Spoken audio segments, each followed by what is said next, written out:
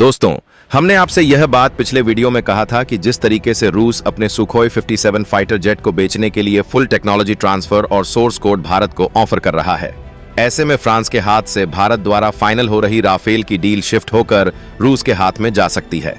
ऐसे में फ्रांस भले ही राफेल का सोर्स कोड देने में भारत को आनाकानी कर रहा है, लेकिन अपने हाथ से 6-7 हजार करोड़ रुपए की डील को जाते हुए नहीं देख पाएगा और वह कोई ना कोई ऐसी तरकीब जरूर लगाएगा ताकि भारत के साथ उनकी यह डील बरकरार रहे। और दोस्तों, जैसा कि हमने कहा था, बिल्कुल वैसा ही हो रहा है, क्योंकि फ्रांस अपने हाथ से जाती हुई डील को नहीं देख पाया और उन्होंने भारत के हाथों राफेल बेचने के लिए नई तरकीब निकाल ली। लेकिन फर्क सिर्फ इतना है कि हमने तो राफेल के सोर्स कोड की डिमांड किया, लेकिन फ्रांस भारत को राफेल का सोर्स कोड तो नहीं दे पाया, बल्कि उन्होंने भारत के हाथ में राफेल के पार्ट्स को बनाने का झुंझुना थमा दिया, जिससे अब यह समझना जरूरी है कि आखिरकार फ्रांस भारत को लॉलीपॉप दे रहा है या फिर वाकई में यह भारत के लिए फायदेमंद है। पूरी डेवलपमेंट क्या है, इस वीडियो में समझते हैं। लेकिन आगे बढ़ने से पहले इस वीडियो को लाइक करके चैनल को सब्सक्राइब जरूर कर लीजिए, क्योंकि यह आपके लिए तो 1 सेकंड का काम है, लेकिन इससे हमारी काफी बड़ी मदद होती है।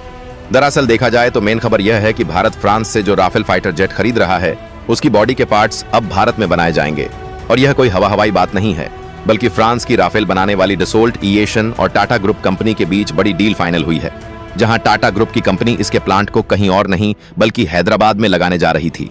और सबसे कमाल की बात यह है कि भारत और फ्रांस की कंपनी के बीच फाइनल हुआ यह एग्रीमेंट फ्यूसलेज मैन्युफैक्चरिंग का है, जिसमें राफेल की बॉडी के पार्ट बनाए जाएंगे। और इससे भी कमाल की बात यह है कि ऐसा पहली बार हो रहा है जब फ्रांस के बाहर किसी देश में उनके राफेल फाइटर एयरक्राफ्ट के फ्यूजेस का निर्माण किसी दूसरे देश में किया जा रहा है। यानी कि कहने का मतलब यह है कि भारत वह पहला देश बन गया है जहां पर राफेल की बॉडी के पार्ट्स मैन्युफैक्चर करने के लिए प्लांट सेटअप किया जा रहे हैं।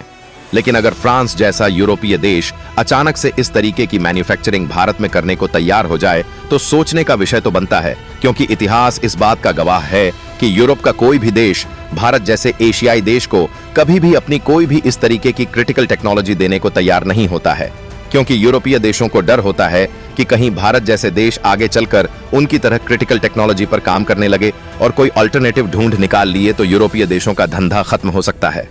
क्योंकि अपनी जिस तकनीक के बलबूते यह दुनिया पर राज कर रहे हैं, भारत भी वहां पर अपने कदम जमाने शुरू कर देगा। लेकिन अब यह यूरोपीय देश फ्रांस अचानक से भारत में राफेल के बॉडी पार्ट की मैन्युफैक्चरिंग फैसिलिटी को खुद सेटअप करवाने जा रहा है, तो इसके पीछे एक नहीं बल्कि अनेकों कारण छिपे हुए हैं। दरअसल पिछले कुछ महीनों से एक ऐसी जंग चल रही है जिसमें एक ओर भारत खड़ा है तो दूसरी ओर अमेरिका, फ्रांस और रूस, यह तीनों देश खड़े हैं। वैसे देखा जाए तो एक प्रकार की यह जंग ही है, लेकिन फर्क सिर्फ इतना है कि यह जंग हो रही है अपने अपने फाइटर जेट यानी कि लड़ाकू विमान को भारत के हाथों बेचने की। जहां अमेरिका अपना F-35 लेकर खड़ा है तो वहीं रूस अपना सुखोई 57 और फ्रांस अपने राफेल को। लेकिन जब बात कामयाबी की जाए तो इसमें कामयाब हो रहा है फ्रांस अपने राफेल को भारत के हाथों में बेचने के मामले में,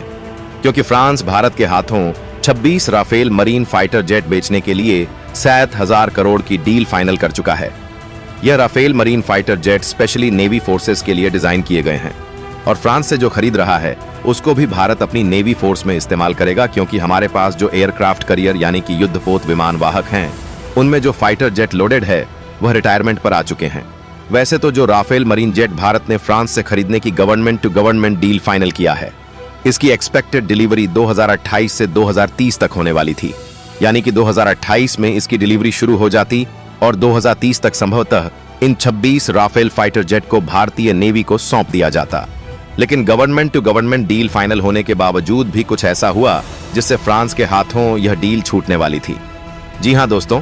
क्योंकि भारत हमेशा के लिए फ्रांस से जुड़ा रहा है राफेल जैसे डिफेंस हथियारों को खरीद के मामले में, तो भारत ने भी सोचा कि क्यों ना हम राफेल के सोर्स कोड को भी फ्रांस से खरीद लें, ताकि राफेल में खुद की मिसाइल लगाकर इसे सुपर पावरफुल बना सके। क्योंकि भारत का मानना है कि अगर हम राफेल में ब्रह्मोस अग्निरुद्रा अस्त्र जैसी स्वदेशी मिसाइल को लगा सके तो न सिर्फ इससे फ्रांस से मिसाइल को खरीदने का खर्च बचेगा, बल्कि यही राफेल पहले से 2 गुना ताकतवर हो जाएगा।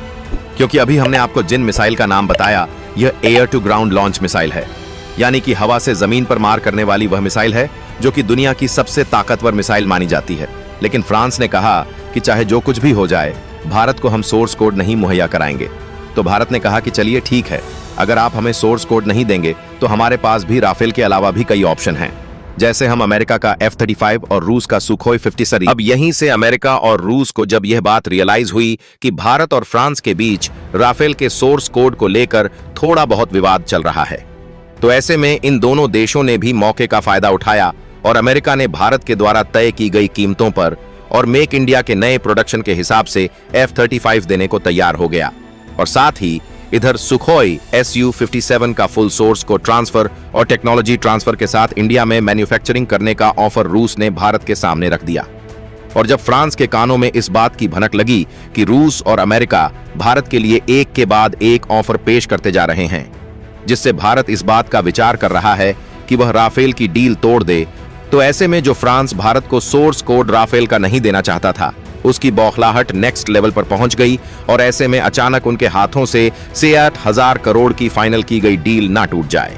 इसलिए वह सोर्स कोड तो भारत को नहीं दे सके, लेकिन उन्होंने भारत के हाथों में एक झुनझुना थम दिया। और रेफरेंस के लिए आप इस आर्टिकल में साफ साफ देख सकते हैं कि फाइटर एयरक्राफ्ट की फ्यूजेसेस की मैन्युफैक्चरिंग खुद भारत में करने के लिए फ्रांस की राफेल बनाने वाली डसॉल्ट एविएशन ने टाटा ग्रुप की कंपनी के साथ एग्रीमेंट साइन कर लिया है और इसकी मैन्युफैक्चरिंग भारत में जरूर होगी, लेकिन भारत की टाटा के साथ डसॉल्ट एविएशन भारत में जॉइंट वेंचर के तहत मैन्युफैक्चरिंग करेगी,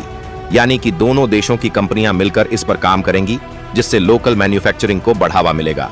अगर फ्यूजलेसेस की बात करें तो एयरक्राफ्ट का वह मुख्य भाग होता है जिसमें कॉकपिट यानी कि जहां पायलट बैठता है और एएनएक्स यानी कि इलेक्ट्रॉनिक सिस्टम के साथ साथ हथियारों का कंट्रोल, फ्यूल टैंक और कुछ मामलों में रडार आदि लगे होते हैं। यानी कि कुल मिलाकर राफेल फाइटर एयरक्राफ्ट को कंट्रोल करने के लिए जो मेनली बॉडी पार्ट्स होते हैं, उनकी मैन्युफैक्चरिंग अब भारत में की जाएगी। रिपोर्ट की माने तो इसकी मैन्युफैक्चरिंग हैदराबाद में की जाएगी। इसके लिए दोनों देशों की कंपनियों के बीच 4 अहम समझौते हुए हैं। फिलहाल कुछ भी हो, जिस तरीके से फ्रांस भारत के साथ समझौते पर समझौते कर रहा है, ऐसे में यह बात जाहिर है कि राफेल के लिए भारत लंबे समय तक फ्रांस से जुड़ने वाला है।